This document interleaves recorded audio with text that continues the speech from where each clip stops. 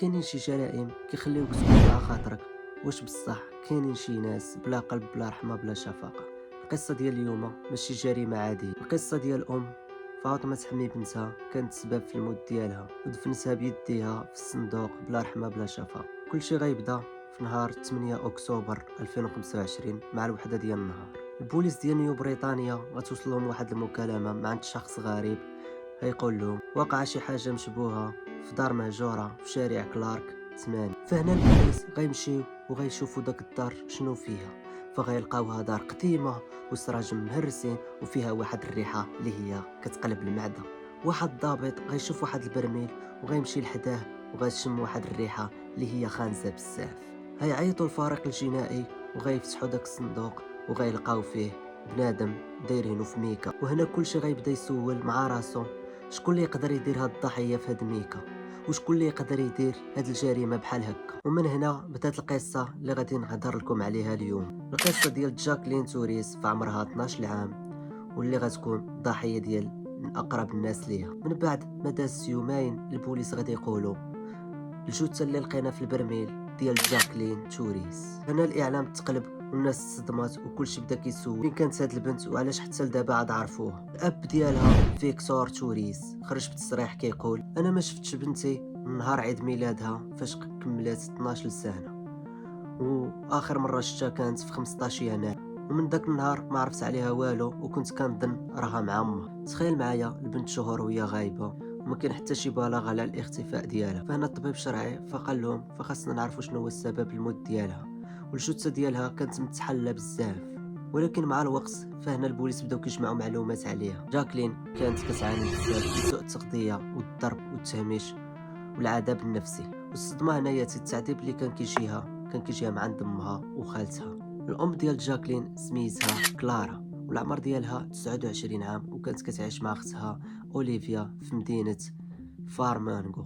الجيران كانوا كيقولوا ما عمرهم ما شافوا البنت كتخرج ولا كتضحك ولا كتمشي حتى للمدرسه. كلارا كانت كتبرر راسها وكتقول بان جاكلين كانت كتقرا في الدار والتعليم المنزلي احسن ليها من التعليم في المدرسه. البنت كانت محبوسه في دارهم وما كتخرجش وما كتاكلش مزيان وكانت ديما كتعاقبها امها. والجيران فاش كانوا كيسمعوا الصداع كانوا كيقولوا غير شي مشكل عائلي وحنا ما خصناش نتدخلوا فيه. ولكن اللي ما كانوش عارفينه هو بان البنت كانت كتعيش في الجحيم. ايام داز والعذاب زاد وجاكلين مسكينه بدات كتضعف وحتى الجسد ديالها ما بقاش كيتحمل داك الضرب. جاكلين كانت كتقلب غير على شويه ديال الحنان من عند امها ولا شويه ديال الحب من عند امها، ولكن الام ديالها كان القلب ديالها كحل. وخالتها كانت كتعاونها وكتزيد تعذبها وكانت ما كتحنش فيها وكتزيد تشعل العافيه. وهنا ولات جاكلين ما كتقدش توقف على رجليها وامها ما بغاتش تديها للطبيب وخلاتها كتموت شويه بشويه. واحد النهار جاكلين في 2024 القلب ديالها بدا كيتوقف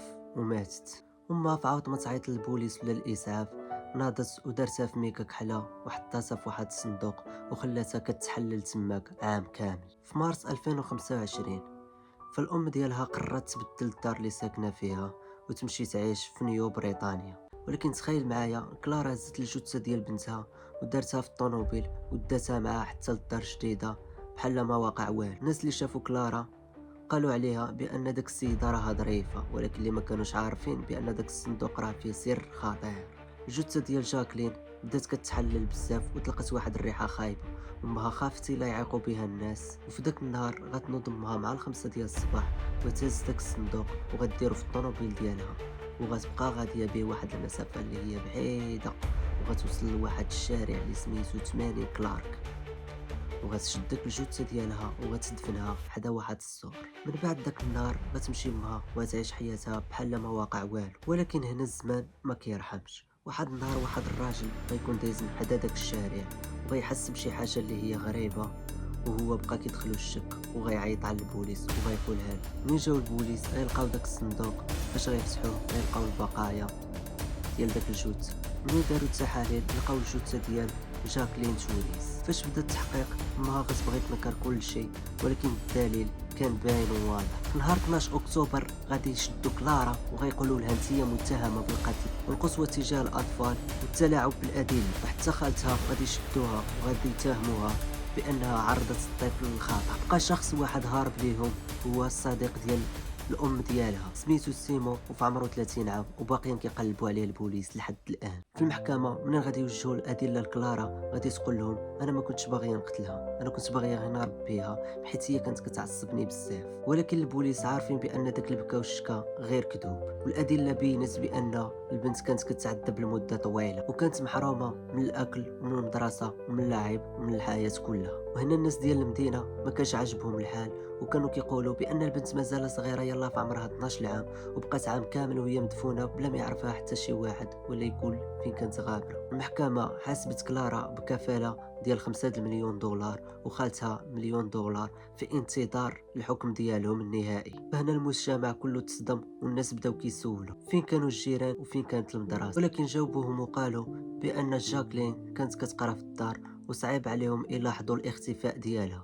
كانت بنت منسيه وخا ماتت خلات رسالة اللي كتقول بأن كل أم ماشي أم وكل دار ماشي آمنة. في البلاصة اللي لقاو فيها الجثة الناس كانوا كيحطوا الورد وكيقولوا البنت مازال صغيرة وتستاهل تعيش، ماشي ذنبها تولد عند أم ما فيهاش الرحمة وماشي ذنبها تموت وهي بوحدها. القصة ديالنا سالات، وإلا عجبتك القصة ما تنساش دير لايك وتعليق ودير متابعة باش يوصلوك القصص الجايين.